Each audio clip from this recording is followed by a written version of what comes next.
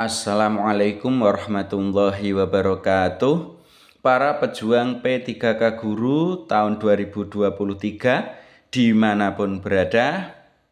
Untuk kali ini kita akan membahas tentang mekanisme seleksi P3K Guru tahun 2023. Hal ini berdasarkan dari Kemenpan RB nomor 649 tahun 2023. Seperti yang sudah kita ketahui bahwa sebentar lagi akan dibuka pendaftaran seleksi P3K Guru. Nah, bagaimana mekanismenya? Langsung saja kita mulai pembahasan. Yang pertama dimulai dari kebutuhan P3K Guru tahun 2023 ini. Yang pertama ada kebutuhan khusus. Nah, kebutuhan khusus ini yang pertama atau terdiri dari pertama pelamar prioritas. Siapa itu pelamar prioritas? Pelamar prioritas adalah pelamar yang lolos seleksi P3K Guru tahun 2021 kemarin. Intinya yang kemarin seleksi tahun 2021 itu sudah lolos tapi belum penempatan. Nah, untuk di 2023 ini akan menempati pelamar prioritas. Berikutnya, nanti setelah pelamar prioritas itu habis, maka akan ada urutan berikutnya yaitu pelamar dari XTHK2. Siapakah XTHK2 itu? XTHK2 adalah yaitu XTHK2 yang terdaftar di database BKN. Nah, kalau XTHK2 ini juga sudah habis, maka dilanjutkan seleksi yang ketiga, yaitu seleksi untuk guru non-ASN di sekolah negeri. Nah, guru non-ASN di sekolah negeri ini adalah guru yang sudah terdaftar di Dapodik dan minimal terdaftarnya adalah 3 tahun. Jadi, meskipun ada guru non-ASN di sekolah negeri, kalau tidak terdaftar di Dapodik, maka ya tidak termasuk urutan yang ketiga ini. Atau terdaftar di Dapodik tapi masih 1 tahun atau 2 tahun juga tidak termasuk yang nomor 3 ini. Nah, ketiga-tiganya ini merupakan kebutuhan khusus. Kalau semua kebutuhan khusus ini sudah terpenuhi semua dan masih ada formasi, maka dilanjutkan dengan kebutuhan umum, seleksi untuk kebutuhan umum. Siapakah yang masuk pada seleksi kebutuhan umum itu? Yang pertama adalah lulusan PPG. Jadi semua lulusan PPG itu masuk pada kebutuhan umum. Ya.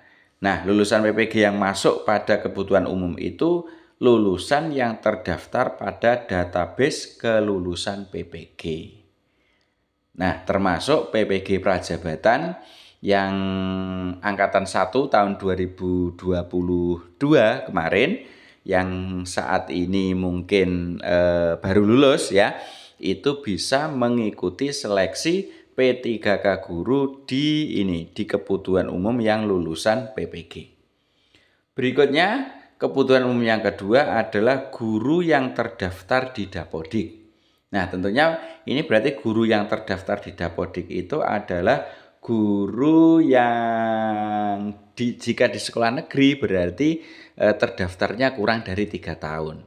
Kalau lebih dari 3 tahun kan tadi masuk pada kebutuhan khusus yang kategori 3. Tapi kalau yang guru yang terdaftar di Dapodik di sekolah negeri di bawah 3 tahun masuknya adalah di kebutuhan umum yang nomor 2 ini. Itu adalah kebutuhan P3K Guru tahun 2023. Berikutnya, sekarang adalah jenis-jenis seleksi P3K Guru. Jadi seleksi P3K Guru itu ada 2 jenis seleksi dan 1 wawancara ya. Seleksi yang pertama ada seleksi administrasi.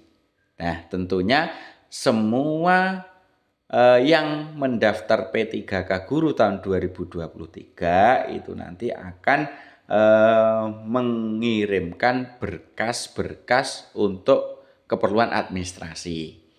Nah, kebutuhan ini atau seleksi administrasi ini yaitu berkasnya tadi itu sudah sesuai atau belum. Misalnya ijazahnya sudah S1 apa belum dan lain sebagainya. Nah, ini merupakan seleksi administrasi. Bagi nanti pendaftar yang sudah lolos seleksi administrasi, dilanjutkan seleksi yang kedua yaitu seleksi kompetensi dan juga nanti ada wawancara. Nah, itu jenis seleksi. Kemudian yang perlu kita bahas lagi adalah terkait seleksi kompetensi. Seleksi kompetensi ini dibagi menjadi 3. Yang pertama ada seleksi kompetensi teknis. Seleksi kompetensi atau seleksi kompetensi teknis ini tujuannya adalah untuk menilai penguasaan pengetahuan, keterampilan dan sikap yang dapat diukur berkaitan dengan bidang teknis jabatan. Nah, ini merupakan kompetensi teknis. Kalau misalnya mendaftar guru kelas misalnya, ya nanti kompetensi teknisnya seputar bagaimana cara mengajar, kemudian seputar RPP dan lain sebagainya. Nah, itu atau modul ajar ya untuk yang kurikulum merdeka. Itu adalah seleksi kompetensi teknis. Jumlah soalnya untuk seleksi kompetensi teknis itu adalah 90 butir. Dan untuk guru kelas dan guru agama ada nilai ambang batasnya yaitu 180. Jadi semua guru ya, semua guru yang dilamar ya, posisi guru yang dilamar itu ada nilai ambang batasnya. Nah, ambang batas untuk guru kelas dan guru agama itu adalah nilainya 180. Kalau di bawah ambang batas berarti jelas tidak lolos. Berikutnya untuk serdik atau untuk peserta seleksi yang mempunyai sertifikat pendidik yang linier dengan jabatan yang dilamar maka akan mendapatkan nilai 100%. Artinya nilai seleksi kompetensi teknis bagi yang mempunyai sertifikat pendidik adalah nilai tertinggi dari nilai kompetensi teknis tersebut. Itu adalah untuk seleksi kompetensi teknis. Berikutnya yang kedua ada seleksi kompetensi manajerial. Seleksi kompetensi manajerial itu fungsinya untuk menilai komitmen, kemampuan, dan perilaku individu dalam berorganisasi yang dapat diamati dan diukur. Jadi kompetensi manajerial ini untuk melihat seberapa besar komitmennya dalam organisasi utama yang ada di sekolah, kemudian seberapa besar kemampuan dan juga perilaku dari peserta seleksi tersebut. Kemudian untuk jumlah soalnya itu ada 25 butir. Dan nilai ambang batas dari seleksi kompetensi manajerial ditambah sosiokultural itu 117.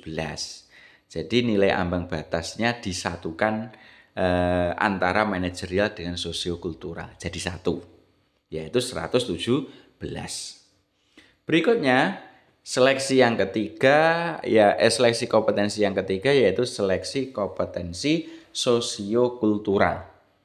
Nah, seleksi ini berguna untuk menilai pengetahuan dan sikap terkait pengalaman berinteraksi dengan masyarakat yang majemuk.